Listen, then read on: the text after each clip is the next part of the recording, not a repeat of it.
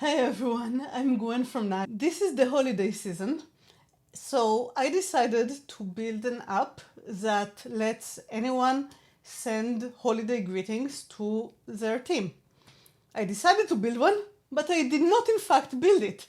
I asked V0, which is Vercel's AI, that they say it can generate entire full stack applications.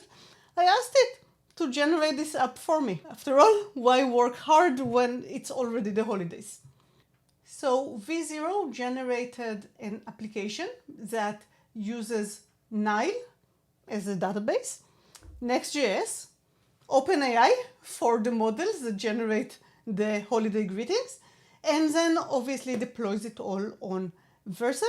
So we get end-to-end serverless application with all the cool multi-tenant features that Nile database provides, tenant isolation and tenant placement and so on. So let me walk you through how I built it. But first, let me show you the app. So as you can see, you can log into the application and you can create a team. Once you have a team, you go in, you enter the name of your team member and some details about what you think of them, how awesome they are, and the application calls OpenAI. It generates a nice message, it generates a nice image, and you can copy paste the message and the image in a click and paste it into Slack, email, etc. So pretty cool, especially for something that I did not have to write myself. So let me show you how it's done. I logged into V0 and I basically prompted it. I want a multi-tenant app. I want users to be able to log in, create and select tenants, add team members to the tenants, use an LLM to generate a card with holiday wishes and an image.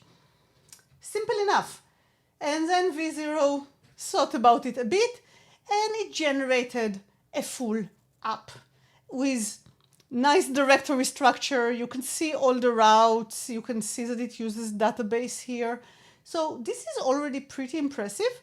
And you can inspect the code. And it also gives you some description on how to use it. You're going to need a database URL. You're going to need an OpenAI API key. You're going to need to run some drizzle migrations to generate the schema. And it also says, hey, I did not implement a registration page, which fair enough, I forgot to ask it for one. And I also didn't implement proper error handling, which, well, we are going to need that, right? So this is a good start, but when I inspected it, I noticed that in addition to the things it says that it's missing, you can see the layout, but you see how it does not have a page next to it? It means that I don't have a landing page. This is a bit of a problem. Every good app needs a landing page. So I continued prompting him. And I said, aren't we missing a landing page? And he's like, oops. And it added a landing page. And you can see that it also, while at it, it also added the missing registration page, which I thought is pretty cool. And then again, it explained what has to be done in order to complete the implementation. The nice thing is that I can open the code here, so you can see that it actually saved the different versions. Every time I prompt it, it gives me a new version, but I can go back to the old one. And this is very useful because, as you know, sometimes you prompt it and it does a bunch of things and then you're like, actually, I didn't want those things. So it's really nice. And so being a database person, the first thing I did was inspect the schema. And then I realized something. The schema is a lot like what Nile has, but not quite. For example, in Nile, tenant IDs are UUIDs. They're not serial. And there is a good reason for that.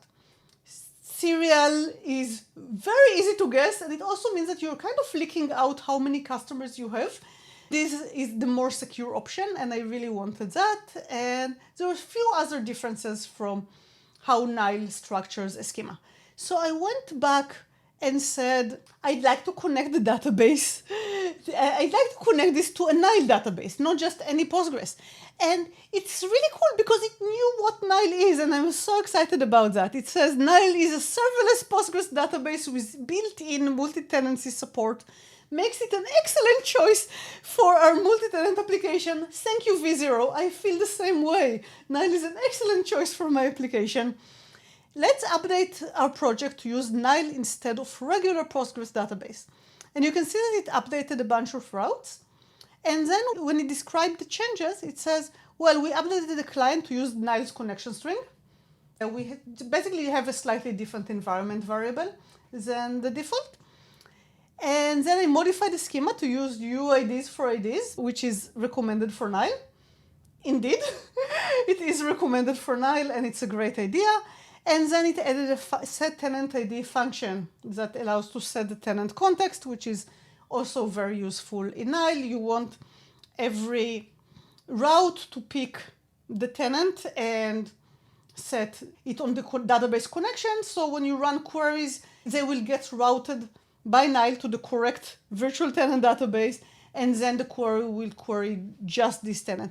So it really did a bunch of nice things. With all those changes, it's time to deploy.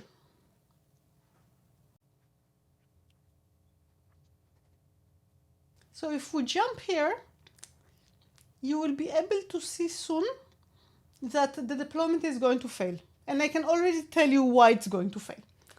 It is going to fail because it expects certain environment variables for the database, for OpenAI, that I don't have yet. So let's grab those. Nice thing is that Nile is now a first-class integration for Vercel. So I can go to this project, to the storage tab, and create a Nile database or connect to an existing one. So even though I have an existing one, let me show you how I create one. So I click on Create Database, I pick Nile, choose the right location, choose the free plan, Limekite it is.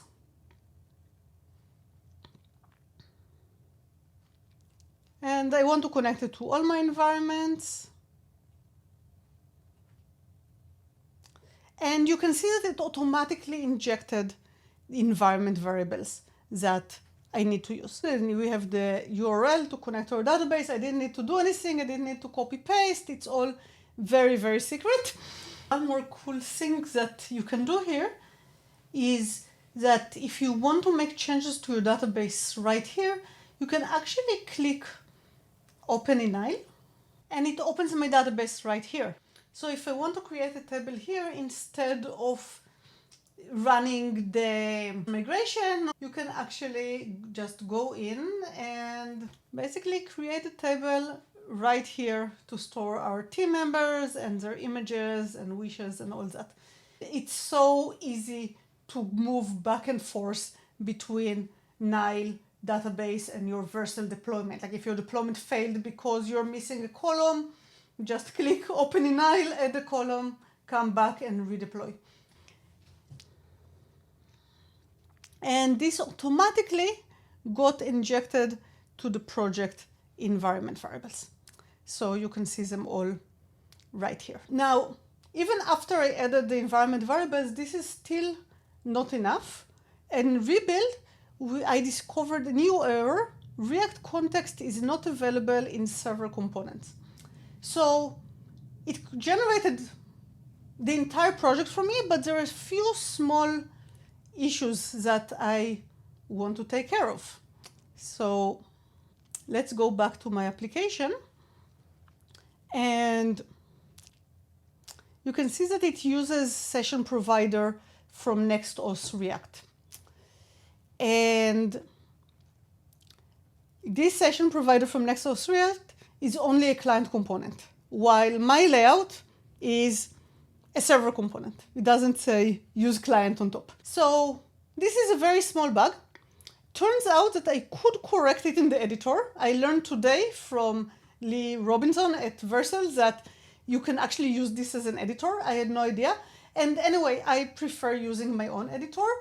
I could actually go and ask V0 to correct it, but my experience with other AI, I haven't tried that with V0, is that it can take a bit of back and forth to fix bugs, and it wastes tokens, and I also always feel like I can fix them faster myself. Like, I know how to wrap the host provider in a separate component and how to import it correctly. Like those are all things I can fix. So instead of trying to ask the AI to fix it, I decided to grab the code. This is really simple. You click here. You need to create an XJS project and you need to install shadcn. And then you copy it and you basically run this command and you get the code. So let me show you what happened after I did that. So this is cursor where I went ahead and edited this a bit. So I didn't have to do major editing. I had to fix few small things. Yeah, so first of all, I had to create my own component for the providers. As I mentioned earlier, using NextHost React directly in a server component was not a good idea, so I created that. And then I also went into the schema and made some really minor modifications. So just for example, Nile has tenants and users as built-in, but users table is in a separate schema. It's in a user schema. So I went in and told it that, hey, I have a user schema and the users table is in the user schema. The tenants table is in public. So this was fine, but one of the fields had a different name. So I had to rename it. It didn't know that Nile actually has auto-generated UIDs. So I let it know. I did a bit of small tweaks on the schema since I'm a database nerd. You don't have to do everything that I did. And then the last thing that I had to change, I think it's a change between Next.js 14 and 15. In all my routes, you can see that the params in Next.js 15 are now a promise. They used to be just bare variables. Now it's a promise, and you have to await on the promise in order to get the parameters. So again, it's not a big deal, but just small things that I had to correct because I had some API errors. With all that done, I could deploy the app, tell the world about it, and start using it. So it is mind-blowing how simple V0 made my life. And another thing, the landing page, it looks pretty nice, right? Like it's a good design. I'm not a very good designer. I don't think I could have done it myself. So in some ways, it's not just saved me time on some stuff that given enough time I could do myself. It actually did some things that are better than what I could do. So it's really cool. I was definitely inspired by V0 to build more applications and ship more. And I was especially impressed by how well V0 actually knew about Nile and what it's good for and how to use it well. I hope you're inspired to build more cool tools in 2025. I definitely encourage you to give V0 a try, give Nile a try, give Vercel a try. There's just all those cool tools out there that you can use. And of course, feel free to reach out on the Nile Discord. Ask any questions that you have and share your own projects. If you build something cool on Nile, we are always excited to hear all about it.